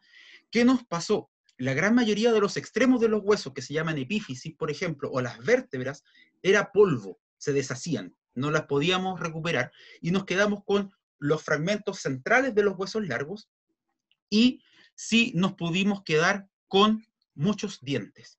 Y cuando empezamos a hacer los análisis con los chicos que están ahí acompañándome en este artículo, nos empezamos a dar cuenta de que habían huesos que eran como muy grandes, como que nos hacía ruido que estos huesos no son como lo normal. Y de un minuto dijimos, seguramente deben haber españoles acá enterrados también, y por eso esta diferencia. Tampoco queríamos caer en el prejuicio de que el mapuche era bajito y grácil, sino que dijimos, no, eso no puede ser así, pero ¿cómo comprobamos esta idea de que acá puede haber más de una población? ¿Ya? Y lo único que teníamos para echar mano a eso eran los dientes. Y esta hoja que está acá es lo que yo les mostraba de Concepción, ¿cierto? En el censo de 1812, que se hace un censo en el obispado de Concepción. Y acá, si ustedes se fijan, no se alcanza a ver, pero yo se los voy a mostrar, aparece Misión Mochita, lo cual fue un tremendo hallazgo. Cuando lo encontramos con Joaquín, pegaba un grito así, y se los voy a agrandar para que lo vean. Misión Mochita, mestizos, negros, mulatos, 19 hombres, 19 párvulos, 22 mujeres, 19 párvulas. Entonces dijimos, chuta, acá podrían haber afrodescendientes aquí dando vuelta, chuta, sí, po. Y no solamente acá, ojo, vuelvo un poquito atrás, si ustedes se fijan, hay en Los Ángeles, hay en Concepción, hay en Chillán, hay en Cauquenes. De nuevo, la presencia de afrodescendientes está ahí. Por si acaso, este censo está disponible en Memoria Chilena, lo pueden bajar. ¿Ya? Bueno, y frente a eso, tuvimos que echar a mano ¿a qué? A lo que más teníamos intactos, que eran los dientes. Los dientes de los pocos individuos que estaban bien conservados y que pudimos identificar. Y este trabajo lo hizo principalmente Joaquín Dallens en su memoria de título, por lo tanto, cualquier pregunta así como más metodológica, yo le pediría, creo que Joaquín está ahí, así que si Joaquín hay alguna duda, una pregunta técnica sobre la metodología, si hay algún colega arqueólogo, antropólogo físico que quiera saber más de él, le podemos pedir a Joaquín que deje su correo, ¿cierto? Y él puede responder de la parte, del punto de vista más técnica de la metodología que ocupo. Y ocupamos una metodología que permite lógicos dentales para atribuir una ancestralidad, ¿ya? No vamos a hablar de razas porque hoy en día no se habla de razas, sino que vamos a hablar de ancestralidad, ¿ya? Pero para conocer cómo era la población de la misión, qué tan originaria era la población de la misión, necesitábamos una población de referencia. Entonces, para eso le pedimos permiso al Museo de Historia Natural de Concepción de que si nos podía prestar sus colecciones de la isla Mocha de los materiales, de los restos humanos arqueológicos de la isla Mocha, para comparar. Y analizamos estos rasgos morfológicos, los fuimos comparando con distintas poblaciones a través de una metodología que se llama R-ASUDAS, que bueno, insisto, Joaquín ahí puede dar más detalles de cómo funciona esto, y nos dio este gráfico. Y si ustedes se fijan, la misión MSJM es Misión San José de la Mocha, y la Mocha es bien parecida. Si ustedes se fijan acá, todo esto está tirando hacia el componente mongoloide de la población, ¿ya? Entonces, acá tenemos lo amerindio, lo del este asiático y Norteamérica. Norteamérica se refiere a las poblaciones originarias de Norteamérica y del Ártico, ¿ya? Por si acaso. Un colega me dijo, pero ¿qué es esto de Norteamérica? ¿Son los gringos de ahora? No, no son los gringos de ahora, son poblaciones originarias de aborígenes americanos, ¿cierto? Con los del Ártico. Y la población de la misión de San José de la Mocha se comporta prácticamente igual, ¿cierto? Están una sobrepuesta sobre la otra sin mayor problema, ¿ya? Pero lo que nos llamó la atención es este cachito de ahí. Si ustedes se fijan, hay una pequeña diferencia que justamente está desviada hacia el África subsahariana. Y fue como, ¿qué está pasando acá? Y esa diferencia está dada principalmente por dos individuos que logramos identificar, ¿ya? Y lo ploteamos, sacamos el resto de los individuos que se comportaban relativamente bien con el promedio que les estoy presentando con este triángulo, y pasó esto, y esta fue la gran sorpresa. Si ustedes se fijan, tenemos un individuo afrodescendiente, pero absoluto, que no se comporta para nada del este asiático, del componente mongoloide, se arranca completamente. La gráfica está marcando alrededor de un 67% de ascendencia africana por rasgos morfológicos ahí, y tenemos este otro personaje, este otro individuo, que es el marcado con línea celeste, que nosotros creemos que puede ser un individuo que tiene muchas ascendencias y que probablemente pueda ser un afrodescendiente como tal, así que puede haber venido de España, que puede haber sido un mulato, ¿cierto? Porque Eurasia Occidental es la que se usa para población europea. Y está haciendo este ruido, ¿cierto? Que se desvía también. Y lo que más nos llamó la atención de esto, y la principal el descubrimiento que se hizo con esto, fue este individuo que claramente se arranca del promedio mongoloide, ¿cierto?, de la población que estaba en la, isla, en la misión y en la isla, y y calzaba perfectamente con las indicaciones que salían en las fuentes y en el censo, ¿ya? De nuevo, es un individuo, quizás cuantos más todavía están enterrados en los terrenos de la antigua misión de la Isla Mocha, fue lo que lo pudimos recuperar, lo que pudimos identificar. Quizás cuántos se perdieron con los años, con las construcciones, con otros edificios, con las casas que habían ahí, pero por lo menos tenemos a uno, ¿ya? Ahora, haciendo una revisión de esto, la pregunta que nos empezamos a hacer fue, ¿hay más afrodescendientes en contextos arqueológicos en Chile? Uno tendría a pensar que sí, pero la sorpresa es que no hay tantos. Los pocos artículos que hay que hablan de la presencia de afrodescendientes desde el punto de vista y aplicar arqueología, ojo, son estos textos de Mario Enríquez. El último que está abajo es de Mario Enríquez, lo que pasa es que no salía también el autor ahí, pero en el de Huenchuyamí y en los dos de La Pampilla aparecen registros solamente documentales. ¿Ya? Ellos dicen, acá en este cementerio deberían haber afrodescendientes porque los registros parroquiales dicen que aquí hay enterrados afrodescendientes, pero ellos no hacen la determinación de los individuos, ¿ya? Y en el de Sangüesa, él dice, encontré afrodescendientes, pero no dice cuál fue la metodología que ocupó para decir que son afrodescendientes. Entonces quedé como igual. Pero lo importante de esto es que yo creo que la recomendación, sobre todo para los colegas que están trabajando en contextos históricos y a las aparecen restos óseos humanos, es sobre todo no asumir que todos van a ser mestizos o que todos van a ser indígenas. Hay historias ahí ocultas y que nos están diciendo que, y se puede. O sea, nosotros lo hicimos, nosotros no somos la gran... los grandes iluminados de la bioarqueología colonial, sino que fue simplemente aplicar una metodología y nos calzó, y los pudimos encontrar, ¿ya? Por lo tanto, mi recomendación, si es que se me permite, sería que pensemos las cosas un poquito más allá de fuera del molde, porque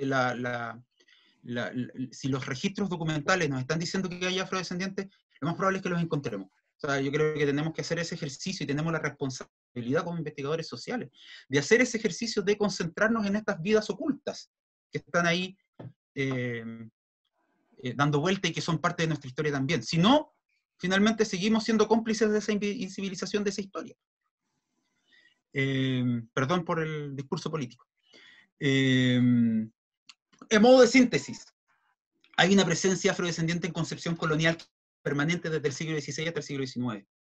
Lo que vemos en Concepción, el fenómeno de los afrodescendientes en Concepción, la historia, la trayectoria histórica de los afrodescendientes entre el siglo XVI y el siglo XX es muy parecida a la realidad chilena. Lo único que cambia es el espacio y la cantidad, porque obviamente Santiago, al ser la ciudad más importante, la capital, obviamente llegaron más allá, pero acá también, pero por eso les digo, lo que cambia acá es la escala. Acá habían menos, sí, habían menos que en Santiago, de todas maneras, pero están. Y como yo les decía, es posible identificarlos bioarqueológicamente, están ahí. están ahí, están presentes, ¿ya? Entonces, para ir terminando, ¿por qué no los conocemos o por qué no los reconocemos a los afrodescendientes en la historia o en nuestros imaginarios de cada una de nuestras localidades? Uno, porque ha habido este proceso de blanqueamiento de la historia, ¿ya? Que es un proceso que, como decía Dafna o Javiera, ya no me acuerdo, pero no me acuerdo que de las dos lo dijo, pero el tema es que acá ha habido una construcción de la historia hecha por una élite que aspiraba a ser blanca, moderna y civilizada, y hombre, ¿ya? Entonces una dimensión donde los afrodescendientes no caben, claramente, porque no son blancos, ni son, y por lo tanto no son civilizados, ni son modernos, ¿ya? Todo esto ocurre en el siglo XIX, principio del siglo XX, y de hecho si ustedes se fijan en esta revista, que es la revista Sucesos, también lo saqué de un estudio, se ve cómo está esto pasa sobre todo después de la Guerra del Pacífico, donde se le dice a la población chilena, los afrodescendientes o los, entre comillas, negros, son Perú y Bolivia. Nosotros somos los blancos. Si ustedes ven ahí, lo que lo está reflejando esta revista Sucesos, es que Estados Unidos, ¿cierto?, le dice a Chile cómo construyes tu historia y cómo tú te tienes que diferenciar de este otro que no es agradable, que no es civilizado, que es pobre, que no eres tú finalmente. Otro punto es que ¿por qué no lo reconocemos? Es que efectivamente en Concepción lo que ocurrió, y así también hay un estudio de un historiador local, Grubeschi creo que es el apellido, lo puedo buscar por ahí después, es que muchos de los afrodescendientes que vivían en Concepción migraron a otras ciudades, incluso al norte, buscando climas más agradables para ellos, ¿ya? Muchos se fueron y muy poquitos se quedaron, ¿ya? Muy poquitos se quedaron acá en la zona. Y los pocos que se quedaron empezaron a practicar la exogamia, ¿ya? Y de hecho la exogamia, o sea, empezaron a dejar de casarse entre afrodescendientes. Y esto tenía una razón, es una doble razón. Una es porque la Iglesia Católica estimuló la exogamia. Integrarlos a la sociedad y son seres humanos iguales y hay que hacer ese trabajo. Y con quienes se casaron principalmente, tanto hombres como mujeres, fueron con mapuches, ¿ya? Y los hombres y las mujeres afrodescendientes optaban casarse con mapuches porque por la forma de que sus hijos no sintieran la discriminación racial que habían sufrido ellos. Ellos optaron por casarse con mapuches y no casarse entre ellos con el fin de romper esta endogamia y de que sus hijos pudieran desarrollarse dentro de una condición social más favorable. Ya fue una exogamia muy pensada, muy estratégica desde un punto de vista social, si uno quiere. Y de hecho está esta foto clásica que también está en Memoria Chilena, donde ustedes pueden ver, esta es una foto del siglo XIX, ¿cierto?, donde se ve una familia mapuche que adopta y tiene en sus brazos a una niñita afrodescendiente. ¿Ya? Me encanta esta foto. Entonces, lo más probable es que nuestros rasgos, nuestros 3% esté dado por este lado. ¿Por qué no? Bueno, eso es lo que yo quería contarles, darles las gracias y no puedo cerrar sin decir esto de que Black Lives Matter ahora y en el pasado. Insisto, si nosotros no somos capaces de ver a nuestros afrodescendientes antes, de aquellos que nos construyeron como sociedad, de aquellos que nos aportaron, de aquellos que hicieron el trabajo duro, de aquellos que se sacaban la cresta en las haciendas, en las encomiendas, de aquellos que pelearon por nuestra libertad, por nuestra independencia, por lo que somos, el Chile que somos hoy, con lo bueno y con lo malo, estamos fallando. Estamos fallando, estamos haciendo algo mal y tenemos que, yo creo que el compromiso, de nuevo vuelvo a mi discurso político, yo creo que nosotros como cientistas sociales tenemos que relevar esta información y tenemos que ponerla arriba de la mesa y tenemos que contribuir a visibilizar a los afrodescendientes que estuvieron acá. Así que eso, muchas gracias, espero no haberlos aburrido y quedo atento a comentarios. Bravo. O sea, pero de partida quiero decir que Arqueología Histórica Santiago está al margen de cualquier institución. Yo no le debo nada a nadie, así que tú eres libre de decir lo que tú quieras y sobre todo si es como para dar un mensaje del rol que tenemos los cientistas sociales en nuestra sociedad. En este caso, en visibilizar a los afrodescendientes acá en Chile, así que ¿sí? Todo lo que quieras decir al respecto. Y nada, súper buena la charla. No sé, antes de la reflexión final, no sé si quieres que contestar algunas preguntas. Hay muchas. Sí, no sé,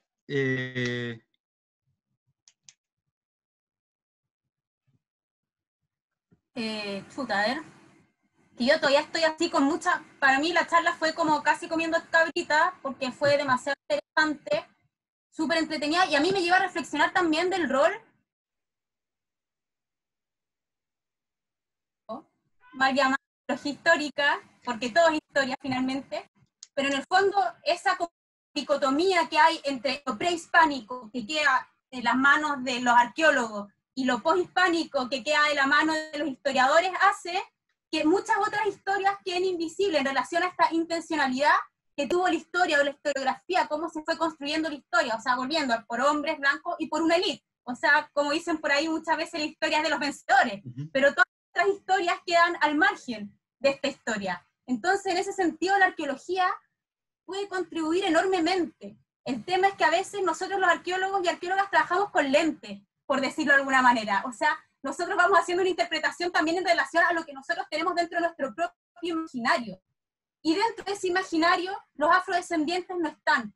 Pero no porque no veamos materialidad, objetos arqueológicos asociados a afrodescendientes, significa que no estén. Entonces ahí tenemos que hacer este ejercicio que está diciendo Pedro. Y para mí este trabajo, o sea, en el fondo es uno de los primeros intentos, como lo dije cuando mandé la reseña de tu charla, para mí es el primer intento acá concreto de visibilizar desde la arqueología a los afrodescendientes, que son trabajos que ya se han hecho en Argentina, en Perú, en Brasil. Entonces encuentro que este trabajo es un enorme aporte y estoy súper feliz de que hayas aceptado esta charla aquí en Arqueología Histórica, Santiago, bueno, autogestionada. Por supuesto. Muchas gracias, Pedro. Eso, no sé si quieres responder. Hay algunas preguntas. Sí. ¿Pueden mirar al lado? No sé si las ves, Pedro. O... sí, estoy en eso. Miguel Ángel López, en los que se vio las imágenes presentadas sin ningún orden aparente ni tratamiento especial. A ver, sobre eso hay dos cosas. Hay un orden, ¿ya? Los cuerpos están dispuestos en un espacio súper acotado. Los cuerpos están todos puestos en la misma posición, ¿ya? Lo que hay es este desorden propio de las acciones de reducción y también por los procesos de construcción y de intervención en el área. Entonces, por eso se ven como tan rotos. Ahora, recordemos que están mucho menos ordenados de lo que se podría ver en una catedral o en una iglesia urbana. ¿Por qué? Porque esta era una zona rural de Concepción, donde acá lo que había era una capilla que funcionó hasta 1940, por ahí. No, perdón, 1870, estoy puro embromando. 1870. Y los sacerdotes jesuitas enterraban probablemente en la suya, nomás, como ellos veían de manera más... lo que no hay es...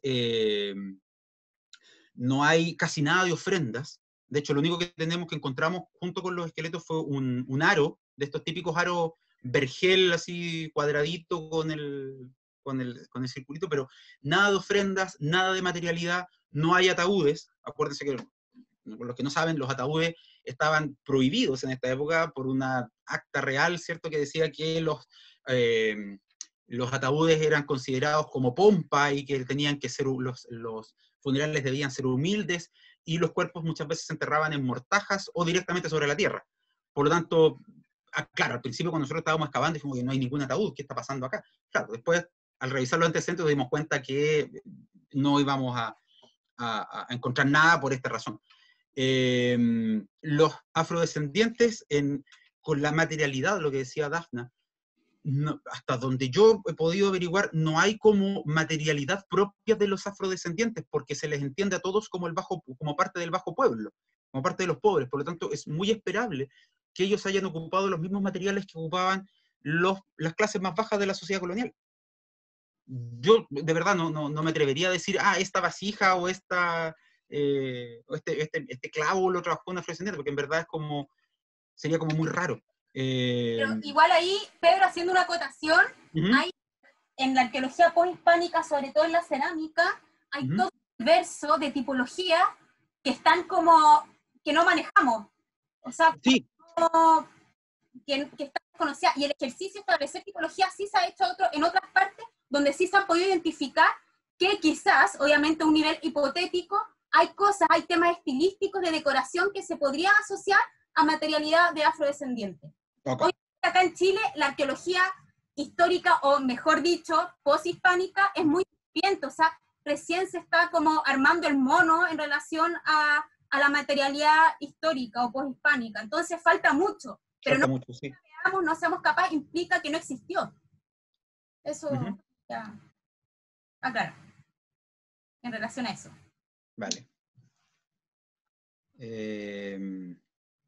La rivalidad entre Santiago de Chile y Concepción. A ver, eso es una rivalidad que se da, yo creo que se ha mantenido en el tiempo. Los santiaguinos siempre dicen que los penquistas somos súper alumbrados, que es como que nosotros nos creemos que siempre tenemos explicación para todo en el fondo, eso significa ser un poco alumbrados. Pero más alumbrados son la gente que vive en pencos, los pencones son todavía más alumbrados que los penquistas.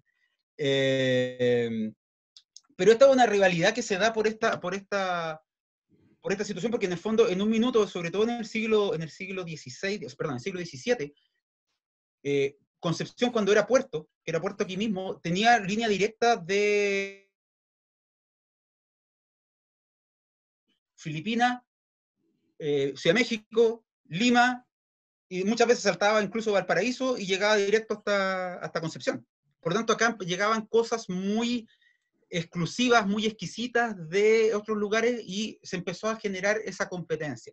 Los vecinos de Concepción, de hecho, después de la destrucción de Concepción y de la refundación, pelearon mucho este tema de cuál era la capital de Chile. Y de hecho finalmente se decide en España, dice, el rey tiene que decir, dice, no, la ciudad capital de Chile es Santiago. Y allá después se coloca pero de hecho la primera Real Audiencia estuvo acá, bueno, no acá, allá en Penco. Pero estuvo acá en Concepción, estuvo lo que es Concepción, y acá después el rey de España dijo, en verdad no vale la pena tener una Real Audiencia en Chile, no es tan importante que sigan dependiendo de Lima, y después ya la segunda Real Audiencia se funda y permanece en Santiago hasta la independencia. Pero esa rivalidad va por el hecho de que, sobre todo porque, y así hay algunas crónicas que lo dicen, la mayoría de los conquistadores que venían, los soldados españoles que venían a buscar fama, a buscar fortuna, ¿cierto? A buscar tierra, gloria y toda esa, no voy a decir patrañas, pero casi sí, venían a Conce, si acá estaba la guerra, y ellos veían a los vecinos de Santiago como estos relamidos, ¿cierto? Que se quedaban allá y que no venían a pelear, pues en el fondo acá había que ser choro para venir para Conce. Entonces yo creo que por eso va un poco esta rivalidad, y como yo les digo, esta cosa se rompe un poco para el terremoto, porque ahí cuando se pide la plata para reconstruir la ciudad por cuarta vez, desde el gobierno central les dice, no se va a reconstruir y no hay plata, arréglensela como puedan. Y finalmente dicen, no, pues acá tenemos que buscar otra solución, nos vamos de acá del lado del mar, al Valle de la Mocha, que era, de hecho el Valle de la Mocha se llama así porque estaba la misión San José de la Mocha. O sea, era la misión le dio el nombre al valle, y después cuando Concepción se traslada para acá, la misión, por eso aparece con el nombre de La Mochita, porque queda como reducida a ese espacio pequeñito.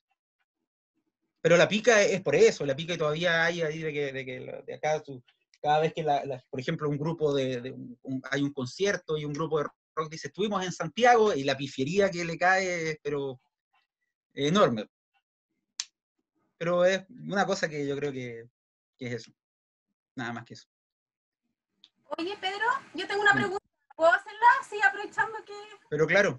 En vos, ¿ustedes cómo hicieron análisis óseo de los dientes? Porque me acordé, por ejemplo, en la charla pasada, o una de las charlas pasadas que hizo Verónica Silva en relación al Cerro del Plomo, y nos habló de todo el aporte que la bioarqueología o antropología física, no sé si es un sinónimo o no,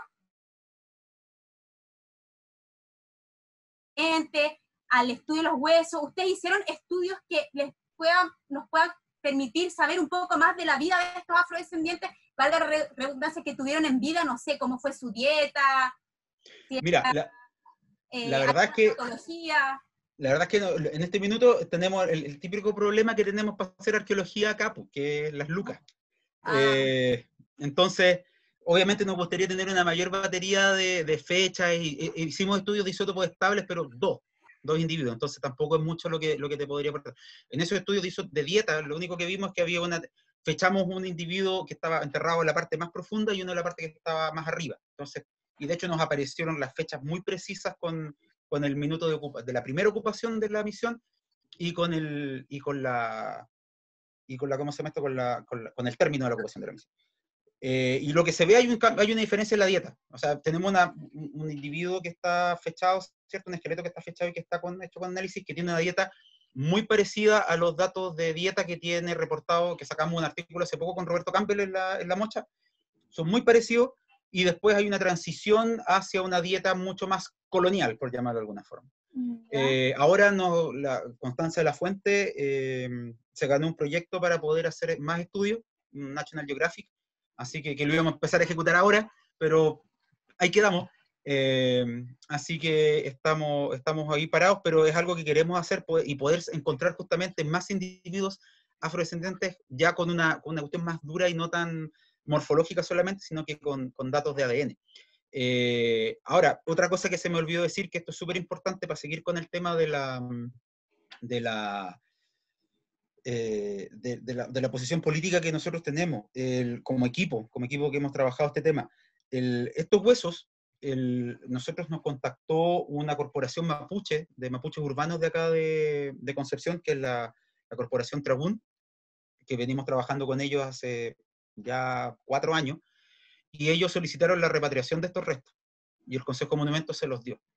Así que hemos trabajado con ellos nos han asegurado que les vamos a pedir permiso, porque ellos nos dieron permiso ya para poder sacar muestras, para poder hacer estos estudios, y han sido una súper bonita colaboración, por lo menos desde lo que yo tengo que decir, a lo mejor ellos tienen otra visión, pero por lo menos de mi parte ha sido súper grato trabajar con esta comunidad. Y ellos están proponiendo ahora al Consejo de Monumentos donde los van a reenterrar, y nos van así facilitar muestras para poder seguir estudiándolos, porque a ellos también les interesa. Así que agradecer también a la Corporación Mapuche de Trabunda acá de Concepción, porque ellos han sido un actor fundamental para esto, y también de ellos lo que quieren es tratar de conseguir un espacio en el Cementerio General de Concepción donde dejar estos restos como una suerte de memorial que también hable de toda esta atrocidad que ocurrió en esta población lafkenche desde la Mocha para acá. Eso. Súper bien, no sé si hay más preguntas, o bueno, ya a mí ya se me perdieron, pero... Sí, a mí también. Pedro, en verdad la charla fue súper buena. Quiero decir también que Pedro es súper buena onda, de que me ha mandado colaboraciones cuando los artículos deben estar en prensa antes que salgan para que sean subidos a Arqueología Histórica Santiago. Eso no lo hace cualquier colega, y bueno, eso habla como de la generosidad, ¿cachai? Y buena onda en compartir el conocimiento en estas páginas más allá del ámbito científico también. Y bueno, y sigan a la página, pues tu página.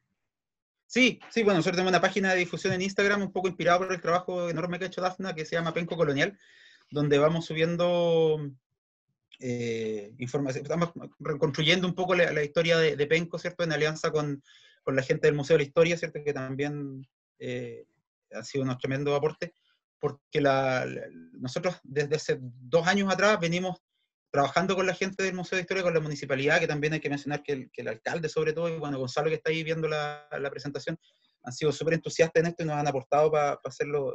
De hecho, yo vengo metiéndome en este tema de la arqueología histórica hace poco, o sea, yo soy un recién llegado un poco en este tema, apasionante, pero yo antes trabajaba ahí en el norte, yo le hacía al changuismo-leninismo nomás. Entonces ahora estoy metido en temas de arqueología histórica de acá de Concepción, y encuentro que es una historia fascinante, y que bueno, empezamos con la ¿cómo se llama esto? Con la iglesia de San Francisco, que la logramos encontrar hace un par de años ya atrás. Íbamos a seguir trabajando este año, volver a excavar más, y bueno, ahí quedamos. Tenemos el permiso aprobado por el Consejo de Monumentos, pero por una cuestión de la pandemia, obviamente es muy riesgoso excavar. Y nada, pues queremos seguir trabajando esto y ese es otro desafío gigante, porque Penco es siempre digo, arqueológicamente hablando, una mina de oro lo que se puede encontrar ahí, así que, como dice el alcalde, el futuro de Penco está en la historia, entonces es algo que tenemos que revitalizar, y que es un desafío súper grande que nos viene para adelante acá, seguir trabajando en la región, porque también en la arqueología histórica, claro, teníamos lo que está pasando en Santiago, lo que ha hecho Simón y la Leonora Dan, ¿cierto?, en Valdivia, y entre medio no había nada, entonces era como de nuevo tratar de llenar un espacio vacío. Así que, bueno, gracias a ustedes por el espacio, por la difusión, por hacer esto. Y alguien me preguntaba por ahí sobre la foto de la ermita mapuche con está dentro de la sección de esclavitud africana de memoria chilena. En todo caso, si Francisca, no sé, a lo mejor le puede mandar un correo a Dafna por la página de Arqueología Histórica y me hace llegar su correo y ahí nos podemos comunicar. O si no, les dejo acá en el chat el correo, pues sí, mi correo es súper fácil. Si alguien tiene alguna duda o cualquier cosa. Y lo otro que también quería, antes de cerrar, que en esta conferencia que vimos de unos colegas colombianos que hicieron sobre Panamá la Vieja, ellos, por ejemplo, pudieron identificar afrodescendientes porque tenían favorablemente, pudieron encontrar dientes que estaban modificados artificialmente, que eran típicos de tribu africana. Acá nosotros no hemos encontrado eso. Entonces, acá es todo un desafío, pero de verdad yo creo que es súper importante no tomar las cosas por sentadas. Yo creo que esa es como la gran reflexión de esta cuestión. De que vuelvo a lo mismo, los afrodescendientes están ahí, tenemos que jugarnos. Yo creo que si hiciéramos una revisión de todos los cementerios históricos de Santiago, deberíamos encontrar más. Absolutamente, y de hecho por donde caminamos, o sea, no sé, aquí cuántos santiaguinos hay, cuántos han caminado, por ejemplo, por la calle Manuel Rodríguez. En la calle Manuel Rodríguez, según datos históricos, funcionó un galpón de esclavos, súper importante. Los cementerios, por ejemplo, ahí en la calle 21 de Mayo estaba un cementerio que era el de la Caridad, donde iban a parar muchos marginales. Ese se excavó desde un rescate de monitoreo, no obviamente no con esta visión, pero obviamente, o sea, de personas afrodescendientes, en la misma materialidad, o sea, en estos fragmentos de cerámica, cientos y cientos que a una vez le toca analizar, quizás cuántos fueron manufacturados por afrodescendientes o usados dentro de los contextos domésticos por afrodescendientes. Los vestuarios, los botones, muchos botones militares, o sea, acá en Santiago hubo un batallón de pardos, o sea, o de negros, que también es un ejemplo de cómo muchos de ellos buscaron de cierta manera encajar en la sociedad chilena, de insertarse y de también buscar vías de empoderamiento, que nos habla también de cómo, de nuevo apelando también, acordando un poco a la charla de modificación corporal de Rolando, o sea, cómo el vestuario puede jugar un rol importante. El vestuario es arqueología, es materialidad. Ese vestuario, muchos de esos botones quizás fueron usados por el ejército de Pardo. Ellos, de hecho, tuvieron una pugna con el gobernador, bueno, ahí Javi, corrígeme, porque eso fue algo que vimos entre las dos, para usar uniforme militar. Porque antes el uniforme militar estaba destinado a los batallones no de negros, sino de más de la élite asociado a gente blanca. Entonces, la materialidad africana o negra está, el tema es que hay que saber o buscar la forma de verla o de problematizarla. Exactamente. De manera. Sí, no, yo coincido contigo porque en verdad de repente es mucho más fácil, o tal vez incluso, que en el fondo estas cosas como que te hacen salir de la zona de confort finalmente, y de pensar un poquito fuera de la caja y decir que las posibilidades interpretativas son mucho mayores. Yo insisto en esto, este trabajo yo no lo hubiera podido hacer sin Joaquín, sin Lalía, sin todos los chicos que están ahí, que ya nombré, Alexia, Marlene, Alexandra. Ellos fueron un tremendo aporte para poder llegar a esta cuestión, y si ellos no hubieran estado, o sea, yo soy convencido de que esta cuestión no son trabajos unipersonales, estos son de equipo. Y además, yo siempre he tenido la idea de que como profe, mi responsabilidad social como profe es ayudar a los alumnos a que publiquen, a que investiguen, a que piensen, y por eso siempre estoy tratando de estimularlos a que presenten sus trabajos, que publiquen sus memorias, sobre todo esta que de Joaquín, después de que Joaquín me ayudó un poco a armar la ponencia, la parte de lo gráfico. Yo le dije, loco, si estaba revisando la bibliografía y es el primer afrodescendiente identificado por metodología como tal. El otro está solamente documental, pero este es el primero que está puesto así, pum, con datos específicos arriba de la mesa. Este es. Y como decís tú, hasta está este, quizás cuantos más no vemos. Entonces creo que también hay que tratar de buscar el árbol entre medio de los bosques. Bueno, en relación a esto mismo que tú estás diciendo, de salir de la zona de confort, quiero invitarlos para mañana a una charla que va a hacer la Javi de otras arqueologías. Javi, ponte en, bueno, si quieres obviamente ponte en voz para que nos cuentes un poco y a qué hora es la charla, antes de ir despidiéndonos. Ponte en sonido. Ya. Bueno, hay mucha actividad de arqueología. Espérense que está mi hijo acá, así que probablemente va a tener coro.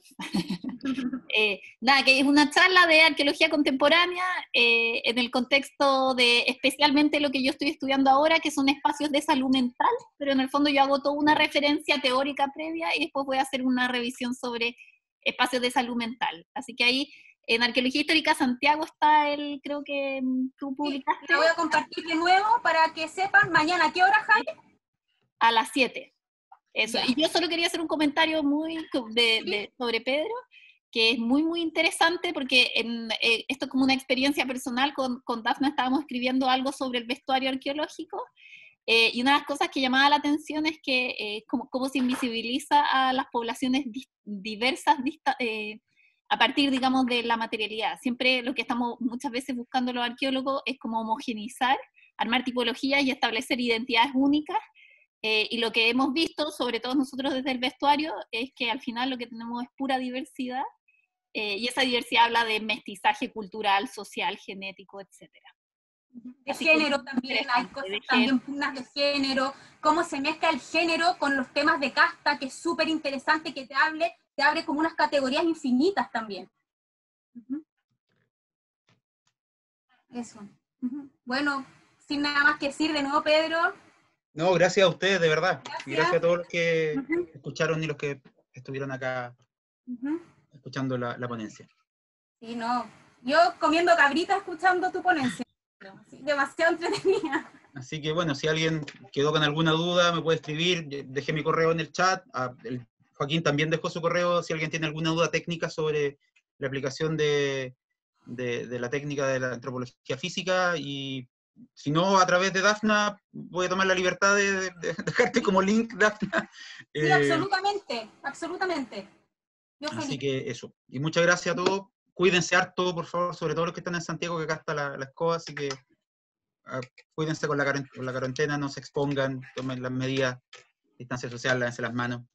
Así que eso. Les mando un abrazo a todos los que nos vieron. Bueno, esta charla esperamos subirla a YouTube, a nuestro canal Arqueología Histórica Santiago, para el que quiera verla de nuevo, compartirla, porque está muy buena. Y nada, pues eso, esperamos tener más charlas pronto. Nuevamente, Javi, muchas gracias por ser la administradora de este Zoom. Así que, porque sin eso, esto no hubiera sido posible tampoco. Es verdad. Y eso. Vale, que estén muy bien.